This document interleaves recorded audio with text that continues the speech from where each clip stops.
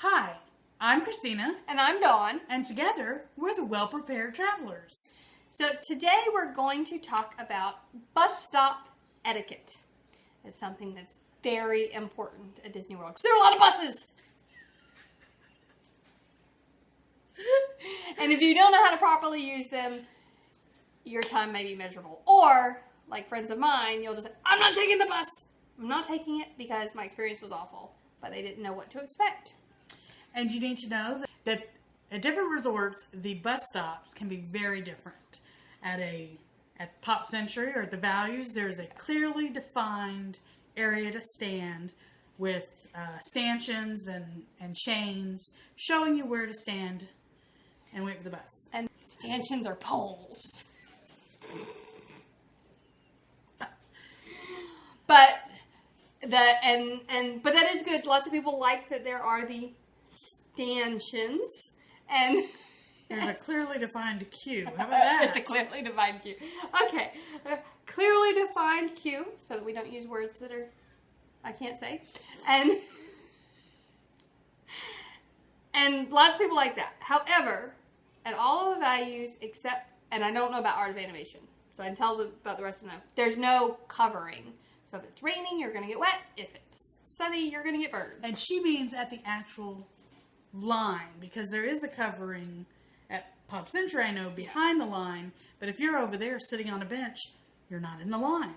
And don't expect to cut the line because you've been sitting there for 20 minutes. It doesn't work that way. Nope. It's just like the lines anywhere else at Disney.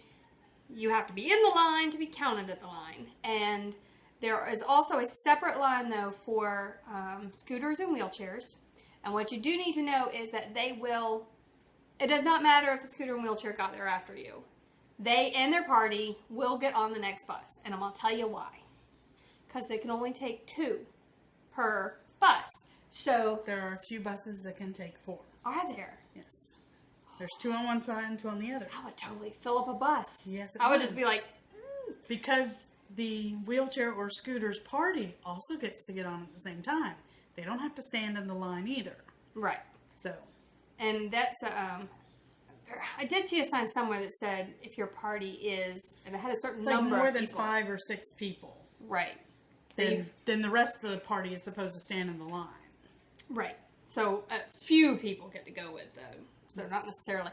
But, and it will be frustrating when you see that they just got there and they get on. However, our mother had to use a scooter one year because her foot was hurt. And so we did get to see this. Broken. Yeah, that's hurt. Oh, I didn't remember that it was broken. Yeah, okay. But so, sure, she was in a boot, wasn't she? Yes. So, but because it can only take 2 scooters or wheelchairs a time, they do need to take them each time. If there's a scooter there, they need to take them on that bus.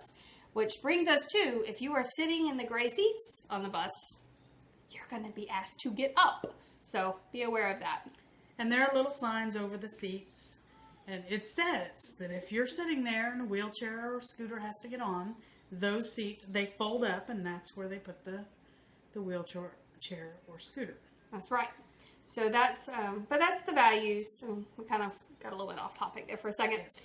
But the Values, and then we'll skip ahead because I know the deluxes have benches.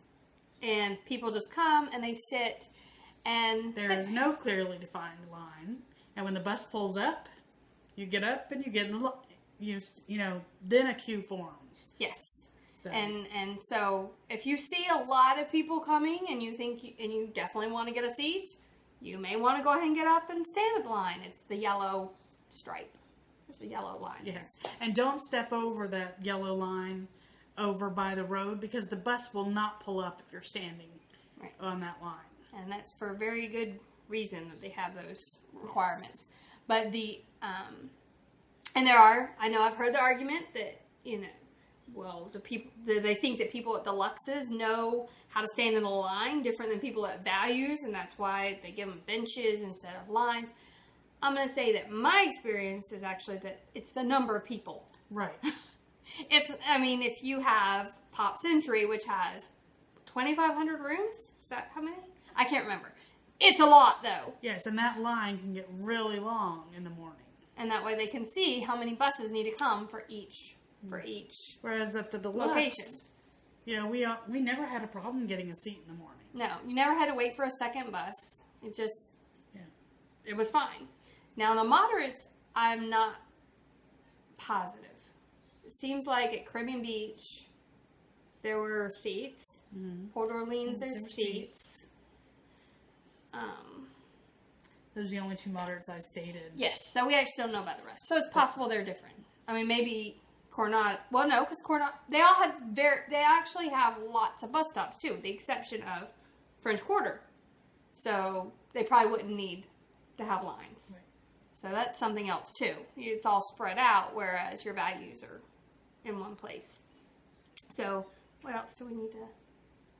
What did we miss? I'm sure we missed something on etiquette. I don't know. Bus numbers. Yes. Not really etiquette. I guess it's what to know at the bus stops. If you get on, when you get off your bus at whatever park you're at, they might drop you off at bus stop number 1. That does not mean that's the stop you're going to get back on when you're going back to your resort.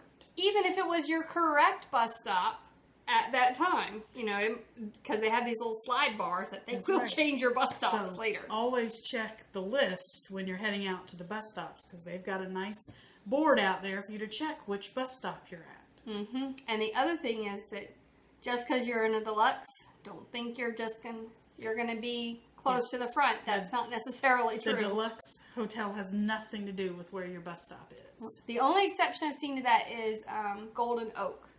Golden Oak does seem to always be in the first couple. Like it's either 1 or 2. Because what Disney has said is paying for a better resort only gets you a better resort. It does not change your experience anywhere else in the park. Which is actually kind of good. I mean, you don't get any extra perks like it. Because we pay for the same for our tickets to go inside. So that's true. So it's only the resort you get better. On the one hand, I mean, I would think that my bus service is part of my resort experience. But well, your bus stop is at your resort. At your resort. But once you're at the once other you get end, at the park, that's it. Yeah. And the buses are supposed to come every 20 minutes. Sometimes they come quicker. Sometimes they hit traffic like anybody else. Although they have made those new bus-only lines, and it seems to be helping with the traffic. But personally, I don't watch the traffic when I'm on the bus because that is scary. Because you're in the far left-hand lane, and it's a bus-only turn right, so you're turning in front of 3 lines of cars, basically. You know, that if they started moving, you'd be hit. So it's scary. So. Yeah. Don't look out the window. I didn't realize that this past time that we were in a bus-only lane, and all of a sudden we were making that wide right turn. And I look out to the right, it's like, what's happening? We're turning in front of oncoming traffic. I mean, that was very scary. I don't normally look out the bus window. I don't know what made me do it that time. Because we're normally too busy talking. Or none of the traffic. Sometimes or sleeping. There's, whatever. I can see Tower of Terror. I can see, but never the traffic. Right. Nor the traffic. That's the whole point of riding on a bus, is not having to pay attention to the traffic. Mm-hmm. And I think the way that they've organized the buses, too, almost all of the buses, there's still a few older ones, I think, but almost all the buses, you're kind of laid out to all be facing each other, and you're facing in. And I wonder if that's also part of it. That's why you don't really focus on the traffic. Whereas the ones that there's a few seats where you're facing forward like you would normally be, on those I find I look at the traffic more. So I think that's where you... Is that the same one that has some seats facing backwards? Yes. I don't like facing backwards. I'm okay with facing backwards because it means I don't see the traffic. There also are specialty buses. Oh, were you finished? No, I'm finished. Specialty buses for going to breakfast. So if you have a pre-rope drop breakfast... I mean, it's not a specialty bus. Who am I kidding? It's the same bus. But it just comes earlier so that you can get to the park earlier. And if you go downstairs to your front desk and you say, what time is the first bus? They'll tell you 1 hour before park opening. However, if you say, I have a pre-rope drop breakfast, is there a bus for that? Then, yes, there's the breakfast bus. Yes. So it's like they don't even... Don't let them confuse you and think you have to take an Uber or something.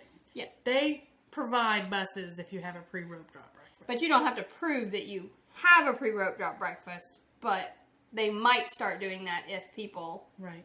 were to But if abuse you don't that. have a pre-rope drop breakfast, you're getting to the park Right. like way too early. There's no reason to get there that early. You will be bored. Yeah. Well, because it's also for tours, too. So, like, tours have to meet that early. The ones that go beforehand. I have been there an hour before rope drop, but, I mean, there's no reason to get there earlier than that. No. At some of the resorts, there are internal buses like French Quarter to Port Orleans French Quarter to Port Orleans Riverside and Caribbean Beach. Caribbean Beach. And Coronado. I don't know. I'm not stayed at Coronado. Well, I know that I helped people find their best room. So, Coronado. So, internals, and so be very careful when and if you think you're going to just hop on the Magic Kingdom bus because it'll go internally, don't do that. Because if the bus fills up, you might find that you are leaving the resort area. Don't bet on that. Yeah. And like the buses from Port Orleans French Quarter sometimes pick up at Riverside. So like Dawn is saying, don't hop on that bus thinking, oh, it's definitely going to go over to Riverside, because it does not always do that. I mean, you could ask the bus driver, I suppose, but he's not going to want to let you off over there. Because like, just ride an internal bus if that's what you're doing. That's what the point is. Yes. So, breakfast bus number 2. Oh, wheelchairs and scooters, back to that. They get off the bus last. So don't think you need to sit around and wait for them to be unloaded. They get on first and get off last. Yes. Okay. So, that's true. Which is good. Yes. Yes, it doesn't make any sense otherwise, but just... And don't stare at them. No. They are stressed out enough about the fact that they are in a special situation, and a lot of people have never even ridden a scooter until they're doing it at Disney, and staring at them just makes it worse. Yes. Just ignore what they're doing. Going straight in a scooter is a lot easier than trying to Turn. move it onto a bus. Yeah. So if they accidentally run into something, don't laugh at them either. No. I mean, they are I shouldn't say most. Some people that are not used to riding a scooter would be embarrassed if they run into that. I've watched, and there's so many people, though, that do. I mean, I didn't stare, but, I've noticed that, and they get so flustered, and they feel like everybody's watching them. So that is a very important etiquette thing. Just leave them be. Yeah. Let them figure it out. And if you're riding a scooter, the bus driver, if you can get off of the scooter and walk on to the bus, they'll still load you early, but the bus driver can manually move your scooter onto the bus so that you don't have to try, and off, so that you don't have to try and get it on and off by yourself. Right, so if you're... Because, the ramps have edges on them. Mm-hmm. So it's good you can't roll off of it, but it also makes it really difficult getting off. Yes.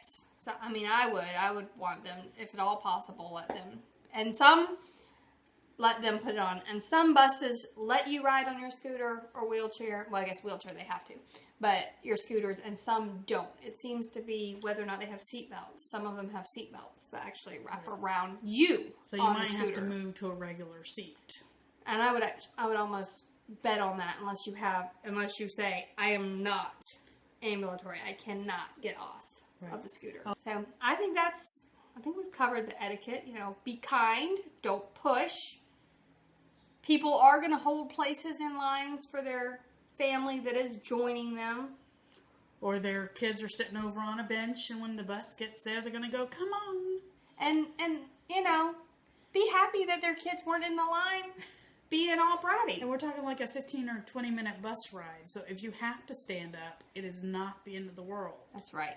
And if you're a pregnant woman, I know pregnant women, mostly, somebody will offer you their seat. Right. Now, if you're 30-something years old, somebody may not, and not pregnant, somebody may not offer you a seat. Yeah. You're perfectly healthy and could stand there just like everybody else. And that also seems to be an American custom. So be aware, there's a lot of other nationalities represented that is not their custom. So don't judge the men on the bus that they're not getting up to give you a seat. Also, you don't know what medical conditions they have.